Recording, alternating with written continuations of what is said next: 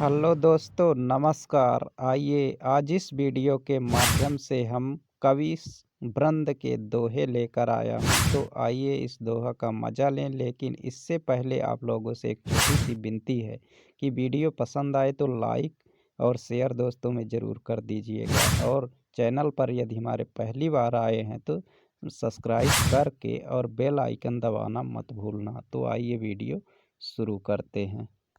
करत करत अभ्यास के जड़मति होत सुजान, रसरी आवत जात ते सिल पर पड़त निशान। अर्थात इस दोहे के माध्यम से कवि ब्रंद जी अभ्यास करने के महत्व को समझाते हुए बताया है कि किसी भी चीज को हासिल करने के लिए अभ्यास करना या साधना करना बेहद जरूरी है, क्योंकि अभ्यास या साधना करने से ही असाध्य कार्य अथवा कठिन से कठिन काम भी सिद्ध हो जाते हैं। उसी प्रकार जिस प्रकार से कि रस्सी के बार बार जाने आने से सिल पर भी निशान पड़ जाता है। अपनी पहुँच विचार के करतब करिए दौर, तेते पाँव पसारिए जेती लांबी सौर। अर्थात इस दोहे के माध्यम से कवि ब्रंद जी कहते हैं कि हर व्यक्ति को अपनी हालत देकर ही खर्चा करना चाहिए। अर्थात हर किसी को अपनी स्थिति से परिचित होना चाहिए और अपनी आमदनी के मुताबिक ही खर्च करना चाहिए। जिस प्रकार से चादर की लंबाई के अनुसार ही लोग पैर पसारते हैं, नहीं तो पैर उघार हो जाएगा। विद्या धन उत्तम बिना कहाँ जुपावे कौन, बिना झुलाए ना मिले ज्यों पंखा का पौन। अर्थात इस दोहे में कवि ब्रंद जी विद्या रूप धन की महानता का वर्णन किया है और बताया है कि विद्या रूपी धन आसानी से नहीं मिलता। अर्थात इसको प्राप्त करने के लिए कठोर परिश्रम करना पड़ता है। बिना मेहनत के कोई भी विद्या रूपी अनमोल धन की प्राप्ति नहीं होती। उसी प्रकार जिस प्रकार की किसी भी पंखा को यदि ना हिलाया जाए तो वह हवा नहीं देता है।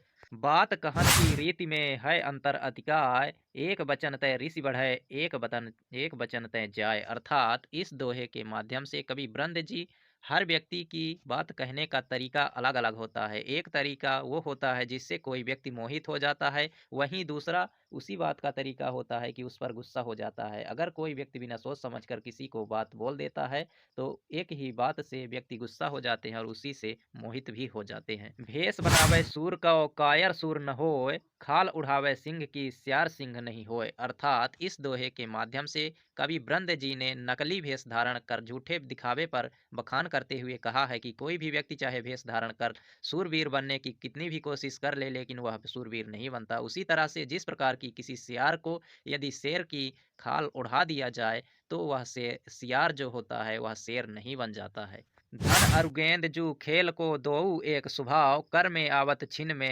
में करते जाए। अर्थात इस दोहे के माध्यम से कवि ब्रंद जी ने धन की तिलिस्ता के बारे में सुंदर वर्णन करते हुए कहा है कि इंसान की जिंदगी में धन किसी खेल में गेंद के बराबर है, क्योंकि धन और गेंद का स्वभाव एक जैसा होता है। कवि ने इस दोहे के माध्यम से गेंद का उदाहरण देते हुए समझाने की कोशिश की है कि जिस प्रकार गेंद को आते जाते नहीं लगता, उसी तरह से धन को भी व्यक्ति के हाथ में आते जाते नहीं लगता।